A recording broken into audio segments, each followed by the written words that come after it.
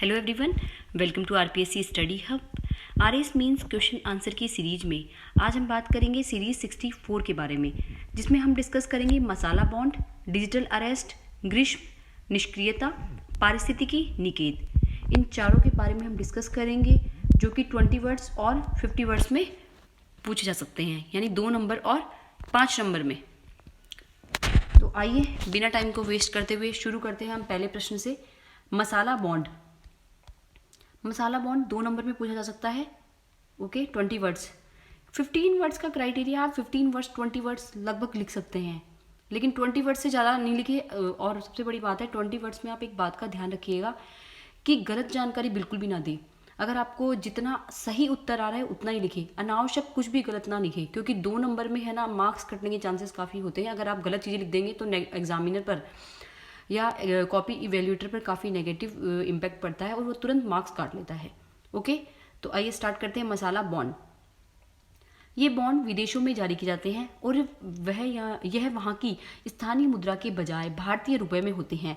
इन्हें RDBS रुपी denominated bonds भी कहते हैं। अब मैंने यहाँ पर ये इंग्लिश में लिखा है, आप इसको है ना देवनागरी में लिखिएगा, RDB रुपी डिनोमिनेटेड बॉन्ड्स।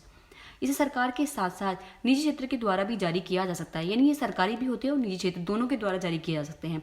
मसाला बॉन्ड शब्द का पहली बार प्रयोग IFC यानी अंतर्राष्ट्रीय वित्त निगम के द्वारा किया गया था। तो इस तरह से आप शॉर्ट में भी अपने हिसाब से उत्तर को बना सकते हैं। मैंने एक आइडियल आंसर देने की कोशिश की है, आप अपने हिसाब से और भी इसको सही कर सकते हैं। ओके, नेक्स्ट प्रश्न पर चलते हैं। पारिस्थितिकी निकेत, इकोलॉजिकल नीचे इसको बहुत अलग अलग प्रोनाउंसिएशन होता है। हिंदी में इसको पारिस्थितिकी निकेत बोलते हैं। किसी आवास में कई प्रजातियां निवास कर सकती हैं, किंतु जब ये प्रजातियां आवास में होती हैं तब यह अपनी प्रकार्यात्मक विशिष्टता के अनुसार आवास में निश्चित क्षेत्र का चुनाव करती है। इस क्षेत्र को पारिस्थितिकी कर्मठता या आला या निकेत भी कहते हैं। लेट्स से इसको और भी तरीके से हम कैसे बोलेंगे, किसी आवास में कोई भी एक आवास है, ठीक है, कोई भी हैबिटेट है, उसके अंदर जो है बहुत सारी प्रजातियां निवास करती है अलग अलग टाइप की। उसके अंदर एक प्रजाति, कोई प्रजाति है, उनका अपना अपना क्या होता है, आवास होता है, और ये आवास के अंदर अपनी प्रकार्यात्मक विशिष्टता रखती है, उसके अनुसार ये निश्चित क्षेत्र का चुनाव करती है। जैसे कोई भी हमारा प्रजाति हो गई, उसका एरिया डिसाइड हो गया कि हाँ इसमें तो ये वाली प्रजाति रहेगी, फिर दूसरी वाली प्रजाति डिसाइड कर लेती कि हाँ ये वाला एरिया हो गया, तो रहने के हिसाब से वो अपना अपना स्थान निश्चित कर लेती है, और ये जो स्थान निश्चित करती है उसे ही हम क्या बोलते हैं, पारिस्थितिकी निकेत। और अगर पारिस्थितिकी निकेत में अगर किसी दूसरी प्रजाति का प्रवेश हो जाता है तो वो जो पहले वाली जाति है उस पर संकट आ जाता है, और कहीं ना कहीं दूसरी जाति पर, यानी दोनों में से किसी भी एक जाति पर संकट कहीं ना कहीं उत्पन्न हो जाता है अगर कोई भी प्रजाति किसी दूसरे क्षेत्र के निके में प्रवेश करने की कोशिश करती है तो। ओके, काफी इंपॉर्टेंट प्रश्न है, एग्जाम में पूछा जा सकता है पेपर सेकंड में, पारिस्थितिकी निकेत, क्योंकि इकोलॉजी से रिलेटेड है और बहुत संभावना इसको पूछने की, अच्छे से तैयार कर लेना आप। डिजिटल अरेस्ट यह ठगी का नया हथकंडा है जिसमें लोगों को कॉलिंग आदि के जरिए ब्लैकमेल किया जाता है, जिसमें साइबर अपराधी नकली पुलिस अधिकारी या अन्य जांच एजेंसी के अधिकारी बनकर लोगों को डराते हैं, धमकाते हैं, केस को रफा दफा करने के लिए पैसों की मांग भी करते हैं।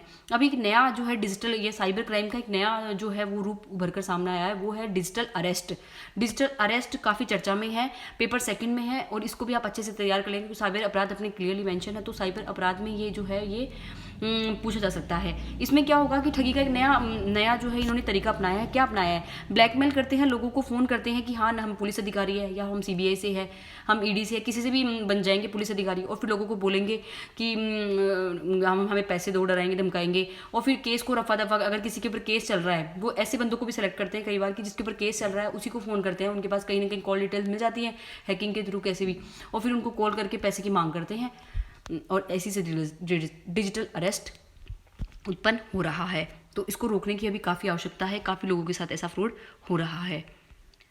ग्रीष्म निष्क्रियता एस्टिवेशन, यह एक प्रकार की सुषुप्ता अवस्था है जिसमें जीव उच्च तापमान से हानि तथा शुष्कता के जोखिम से बचाव के लिए असक्रियता तथा निम्न उपापचय दर से अनुकूलित होते हैं। यह प्रक्रिया प्राय ग्रीष्म ऋतु में होती है। कुछ स्थलीय तथा जलीय दोनों ही जीवों में ग्रीष्म निद्रा या ग्रीष्म निष्क्रियता पाई जाती है, जैसे मरुभूमि, गिलहरी इत्यादि। इसको थोड़ा और समझ लेते हैं।